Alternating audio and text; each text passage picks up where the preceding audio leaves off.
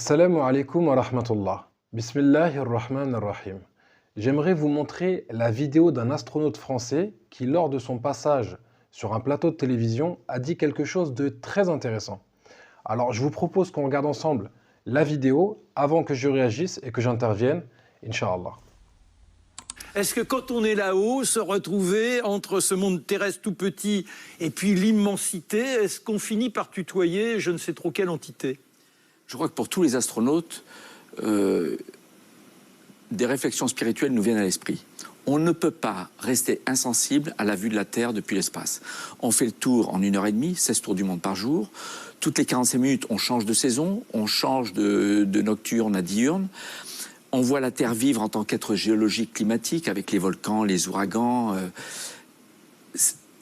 Ça change très vite. En 10 minutes, le champ de vue qui porte à 2500 km a changé. On passe des glaciers aux atolls turquoises de Polynésie, des Maldives, aux forêts tropicales, au désert, comme ça, en quelques minutes.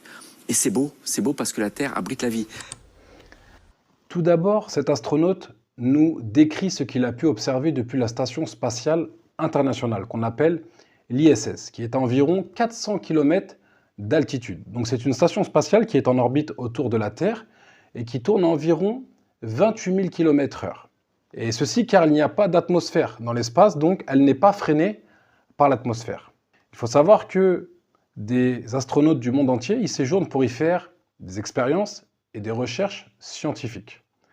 Et lors de son séjour dans cette station spatiale internationale, il nous décrit ce qu'il a pu observer, car en effet, il a pu voir la Terre comme peu de personnes ont pu la voir. Il a pu admirer sa magnifique beauté, cette création parfaite, et méditer sur cela. Regardez ensuite ce qu'il dit. Et on se pose la question, mais qu'est-ce qui a pu créer cet objet aussi magnifique, aussi isolé, aussi unique? Parce qu'on ne voit pas les étoiles, on a l'impression qu'il n'y a que nous, avec le Soleil et la Lune, sauf si on éteint toutes les lumières dans le cockpit. On se demande, est-ce que c'est beau dans l'absolu? Est-ce que des aliens qui viendraient d'ailleurs trouveraient ça aussi beau que nous?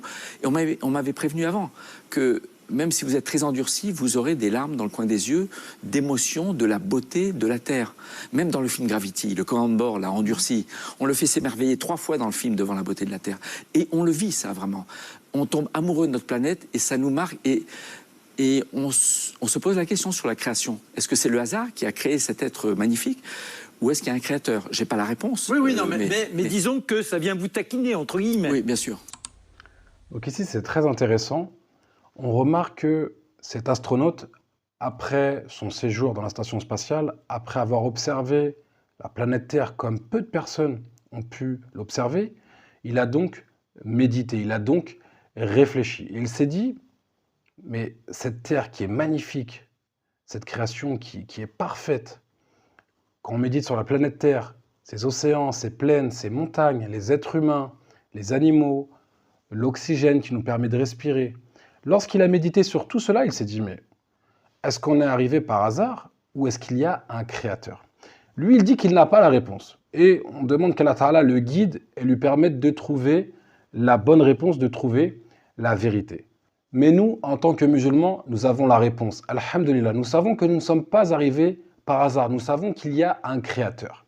Mais celui qui va se demander est-ce qu'il est arrivé ici par hasard, alors Allah Ta'ala nous donne un verset dans le Noble Coran qui est très intéressant. Lorsqu'il dit, dans une traduction relative du sens du verset, « Ont-ils été créés à partir de rien ou sont-ils eux les créateurs ?»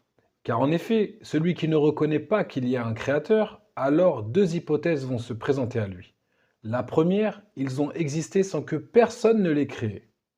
Ou alors, la seconde hypothèse, ils se sont créés eux-mêmes. Donc on voit bien que dans les 2 choix, dans les 2 possibilités qui s'offrent à eux, c'est une impasse à chaque fois. Alors qu'il y a une réponse évidente qui est le fait qu'il y a un créateur qui est Allah subhanahu wa ta'ala qui a créé les cieux et la terre ainsi que les êtres humains et l'ensemble des créatures.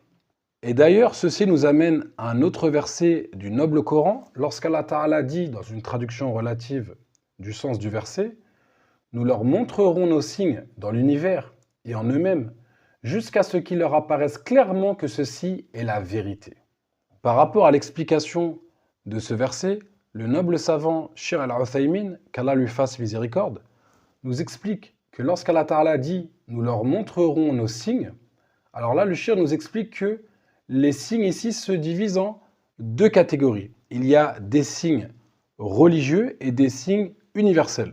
Concernant les signes religieux, ceci désigne l'ensemble des messagers qui ont été envoyés au cours de l'histoire, et notamment les livres qui ont été révélés, comme la Torah qui a été révélée au prophète Moïse, ou l'Évangile qui a été révélé au prophète Jésus, et enfin le dernier des livres, le noble Coran, qui a été révélé au dernier des prophètes, le sceau de la prophétie, Mohammed sallallahu alayhi wa sallam.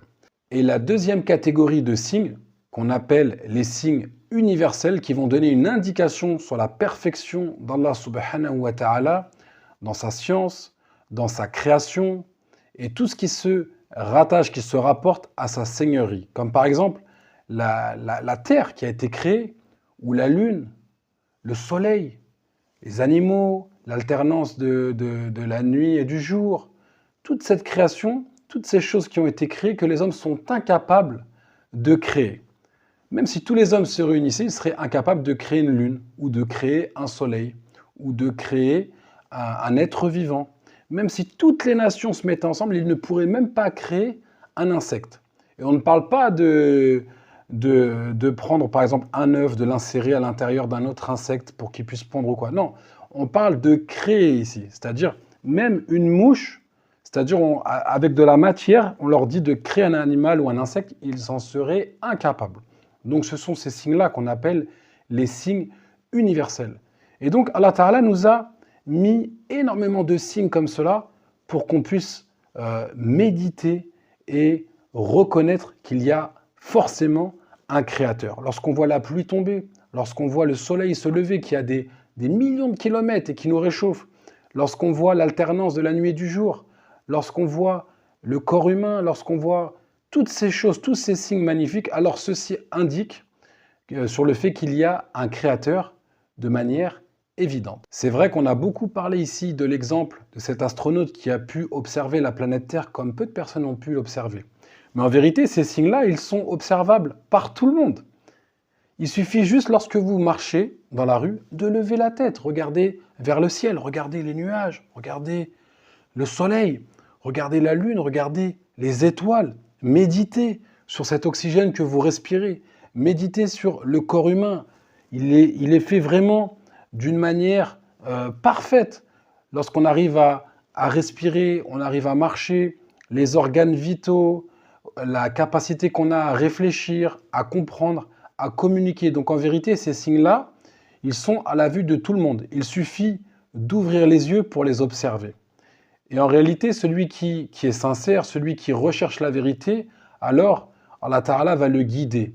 Il demande à son Seigneur de le guider et son Seigneur lui montrera la vérité. Mais celui qui s'y refuse, qui refuse d'observer et qui ne veut pas rechercher la vérité, alors on pourra lui ramener plein de preuves, lui démontrer, lui prouver qu'il y a un créateur, et tous les signes le prouvent. Eh bien, il n'y croira pas puisqu'il ne recherche pas la vérité, il n'est pas sincère. Et d'ailleurs, dans d'autres versets du noble Coran, Allah Ta'ala nous appelle à méditer, nous appelle à observer ces signes. Il nous dit par exemple, dans un verset, « Inna fi khalqis samawati wal ardi wa ikhtilafil layli wan nahari la ayatin li ulil albab » Dans la création des cieux et de la terre, l'alternance de la nuit et du jour, il y a certes des signes pour les doués d'intelligence. Donc, Allah Ta'ala, à de nombreuses reprises, nous invite à observer ces signes, à méditer, car il y a des signes évidents pour des personnes qui réfléchissent, des personnes qui méditent. Et dans un autre verset, dans la traduction relative du sens, Allah Ta'ala nous dit, dans la création des cieux et de la terre, l'alternance de la nuit et du jour, le navire qui vogue en mer chargé de choses profitables aux gens, l'eau qu'Allah fait descendre du ciel et par laquelle il redonne la vie à la terre une fois morte et sur laquelle il disperse des animaux de toute espèce, la variation des vents, des nuages soumis entre ciel et terre, il y a des signes pour des gens qui raisonnent. Donc on voit ici les nombreux signes qu'Allah Ta'ala nous cite. Et il y a beaucoup de versets dans ce sens-là où Allah Ta'ala nous montre ces signes et nous prouve à travers tous ces signes qu'il y a forcément un créateur.